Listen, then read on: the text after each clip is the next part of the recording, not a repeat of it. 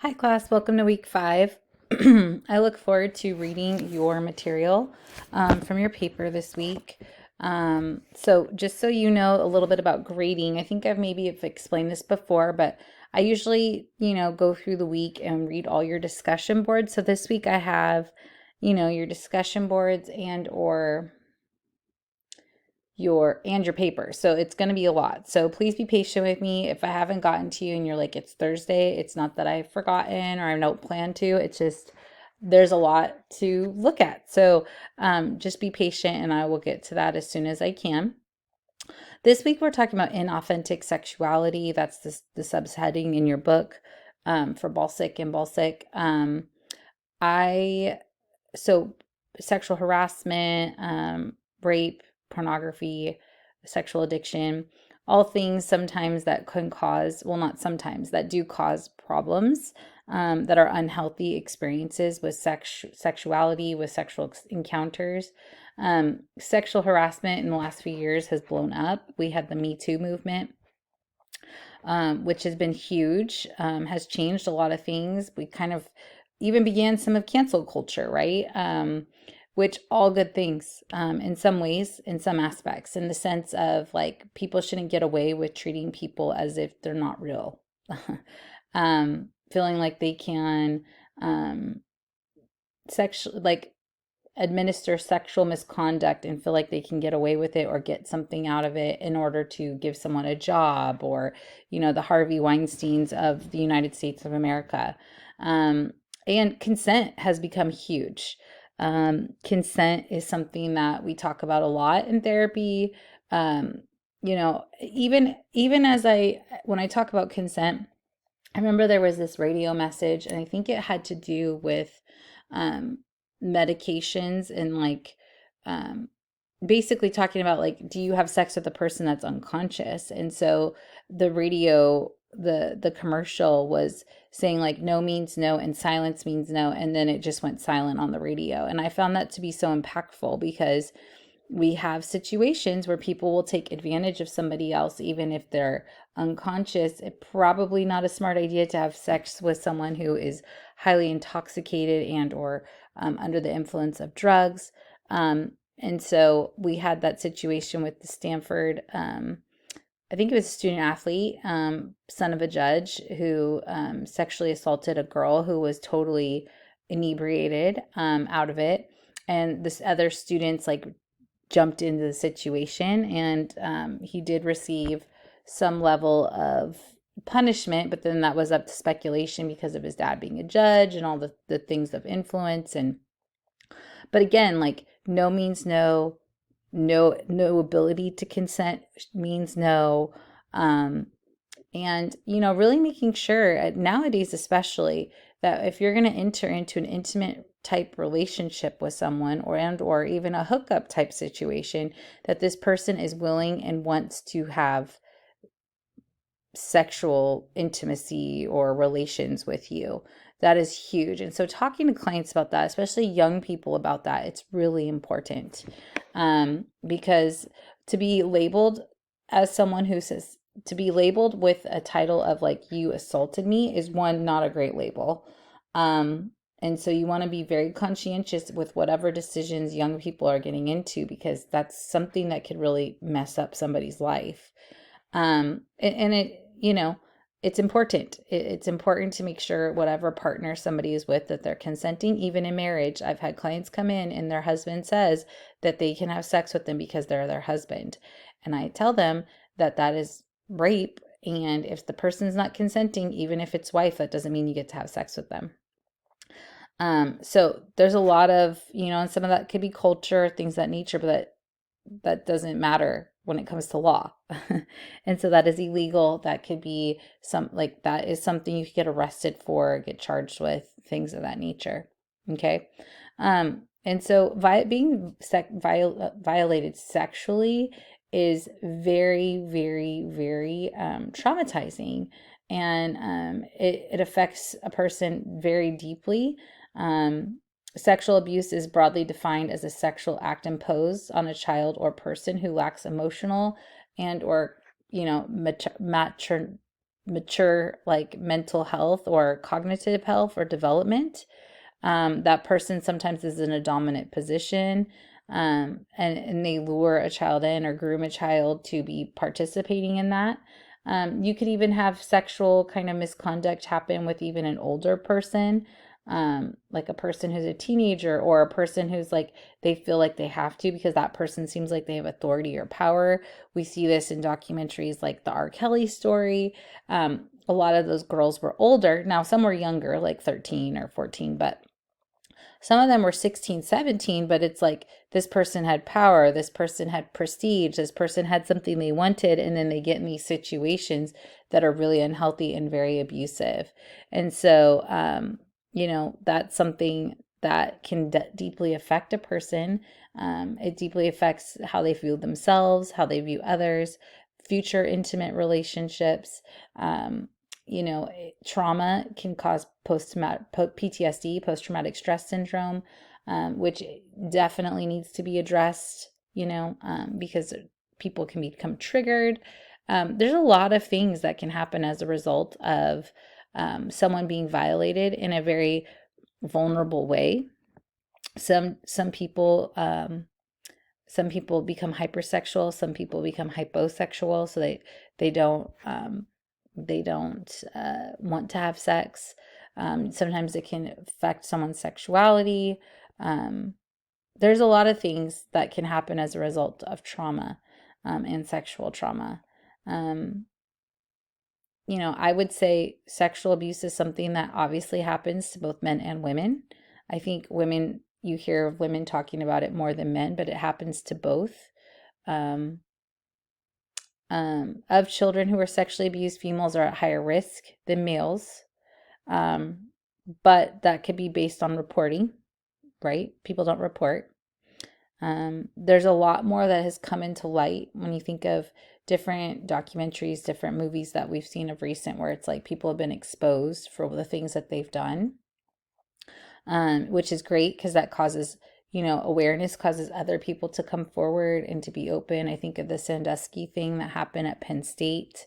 And a lot of times you see, not to get into socioeconomic status and things of that nature, but you see, people um, pick victims who they feel like they can get away with things, maybe target. And sometimes these has to do with maybe kids that are maybe in lower socioeconomic backgrounds, maybe because they have more availability to them because parents are working, maybe they're home after school, things of that nature. I think for the Sandusky thing, like these were all kids that got like picked to go to this, that like maybe are lower income, things of that nature, and then here he was doing that to children, abusing them. Very twisted, very sick, very disturbing. And so uh, there's definitely something where, incest is a thing, and that is sometimes where people within the same family, there's some sort of relationship that's taking place. Um, the incestuous family may look very normal, very, very, very typical, but inside the home, relationships are very disrupted. Um, there's not there that would where you'd see more of like what we call an enmeshed family. No secrets are shared outside the family. Nobody's really allowed in from the outside. We don't like people in from the outside because we don't want anybody to know what's going on, right? So we're very closed off, very limited with what we allow. It's very rigid family dynamics. Um, and so it can be very problematic, very chaotic, not to mention if incest is happening, no one's being able to talk about it. When there's no clear boundaries or respect for personal space, a child's privacy can be invaded physically, sexually, and emotionally in so many different ways. Whether it's sleeping in a crowded room or in the same bed, or having an open door policy that gives free access at any time to any member of the child's family to come into their room. Vulgar talking, exposing them to pornography, erotic suggestions, innuendos. These are all things that can happen. There's a study that happened in New Zealand that found found the post-abuse adjustment of 138 women to be especially poor when there was a negative relationship with parents. One way these children escaped a difficult home situation was to participate in sports and achieve in academics, to get out, right? To get out of the environment, to get free from that. 775 women survivors of childhood sexual abuse, ages 25 to 44. 80% of the subjects also reported emotional and physical intra-family abuse. Family dynamics included frequent verbal coercion, blaming, making threats, and being exposed to various acts of physical and sexual violence. Onset of puberty at a young age, suffering abuse from one's father or stepfather, repeated sexual intercourse, and prolonged abuse. These are factors that contribute to the extensive negative impact on the victim. And so, you know, that's why our job as mandated reporters is so important. We can be intercessory in some of these situations. If something is exposed to us, it's our job to report.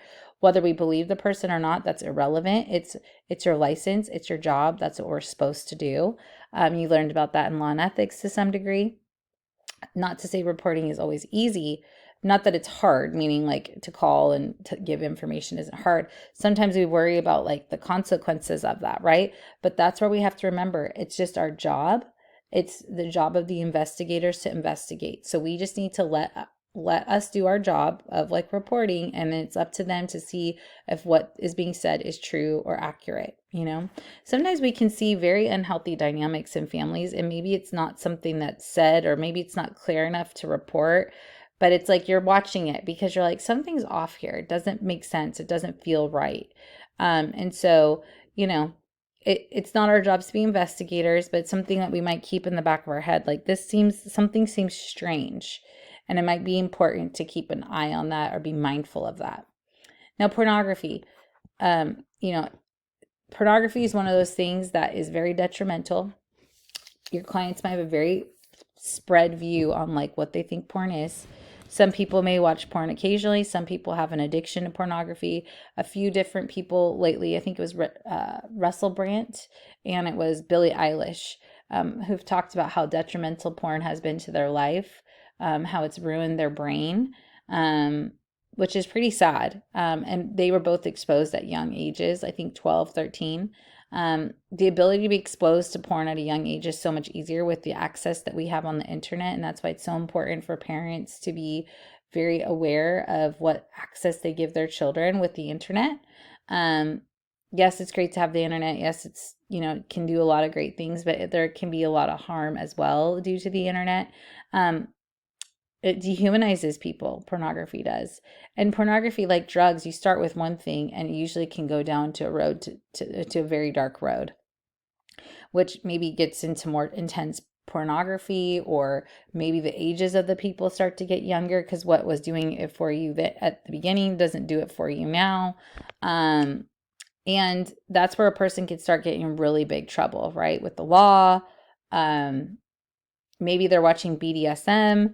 So it's violent. And then when you want to have intimacy with an actual person, the person could have a lot of trouble. They could end up not being able to have an erection, maybe not be able to get fully aroused. The reality is like masturbation is not the same as actual intimacy.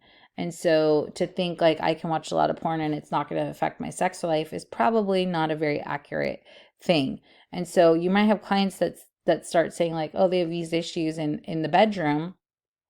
You might want to start asking questions like, are you exposing yourself to pornography? How often are you masturbating? Things of that nature, because there might be a reason why they're having issues with actual sex. Okay.